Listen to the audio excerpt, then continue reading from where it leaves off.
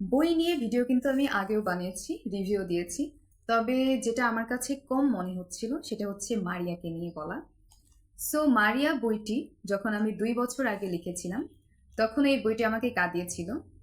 এরপর বইটি যখন আমি পাবলিশের জন্য একবার রিভিউ করেছি, তখনও কিন্তু বইটি আমাকে একবার কাঁদিয়েছে। এখন আপনাদের প্রশ্ন আসতে পারে, এই বইটির মধ্যে আছে কি যেটা আমাকে বারবার কাঁদাচ্ছে? সো বইটির সবকিছু তো ওইভাবে ভিডিওতে বলা পসিবল না, তবে আমি সামারিটি একটু বলতে পারি। সেটা হচ্ছে বইটির যে মেইন ক্যারেক্টার মারিয়া, এই মারিয়ার 8 বছর জীবন থেকে তার জীবনের শেষ 18 বছর পর্যন্ত তার জীবন কাহিনী লেখা। মারিয়া মূলত একজন ফ্রান্সের নাগরিক এবং সে একজন অরফানেজ। তার মা একজন নান ছিল, যিনি তাকে ছোটবেলাতে অ্যাবান্ডন করে দিয়েছে, এবং সে তার 11 বছর বয়সে একজন প্যারেন্টসের দ্বারা অ্যাডপ্টেড হয় এবং তার জীবন বেশ ভালোই কাটতে থাকে। এরপর তার জীবনে একটা শকিং নিউজ আসে যে এতদিন যে অরফানেজে ছিল, সেই অরফানেজেরই একজন নান বা সিস্টার তার মা ছিল এবং সে তার গুড কেয়ার করত।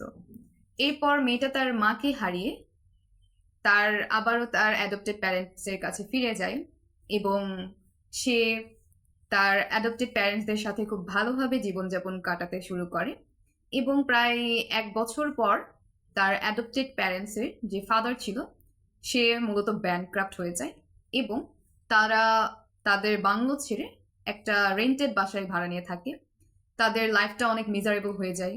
ফলে তাকে পড়াশোনা ছেড়ে একটা একটা রেস্টুরেন্টে পার্ট টাইম জব করতে হয়। সে রেস্টুরেন্টে পার্ট টাইম জব করার সময় তার কাজে অনেক ফোকাসড থাকে এবং তারও কিছু পর সে জানতে পারে তার ব্রেন ক্যান্সার, এবং তার অ্যাডপ্টেড প্যারেন্টস তাদের সর্বস্ব দিয়ে তাকে চেষ্টা করে বাঁচানোর। তবে অ্যাট দ্য এন্ড সে মারা যায়। বাট এত কিছুর সাথে এই কুকুরটা কেন আসলো? এটাই আমাদের প্রশ্ন, যে তার জীবন কাহিনীর মধ্যে একটা কুকুর কেন আসবে?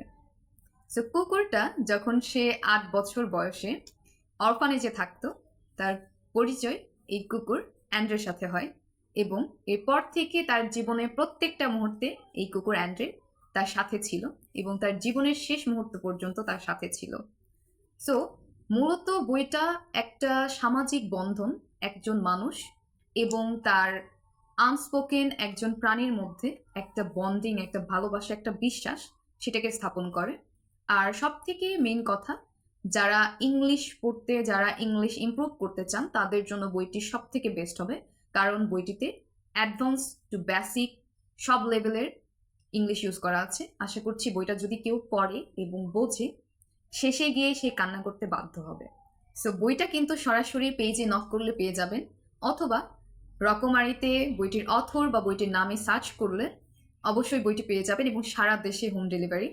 সো আশা করছি বইটা আপনারা পারচেস করবেন এবং পড়বেন এবং ভালো রিভিউ আমাকে দেবেন। Thank you so much.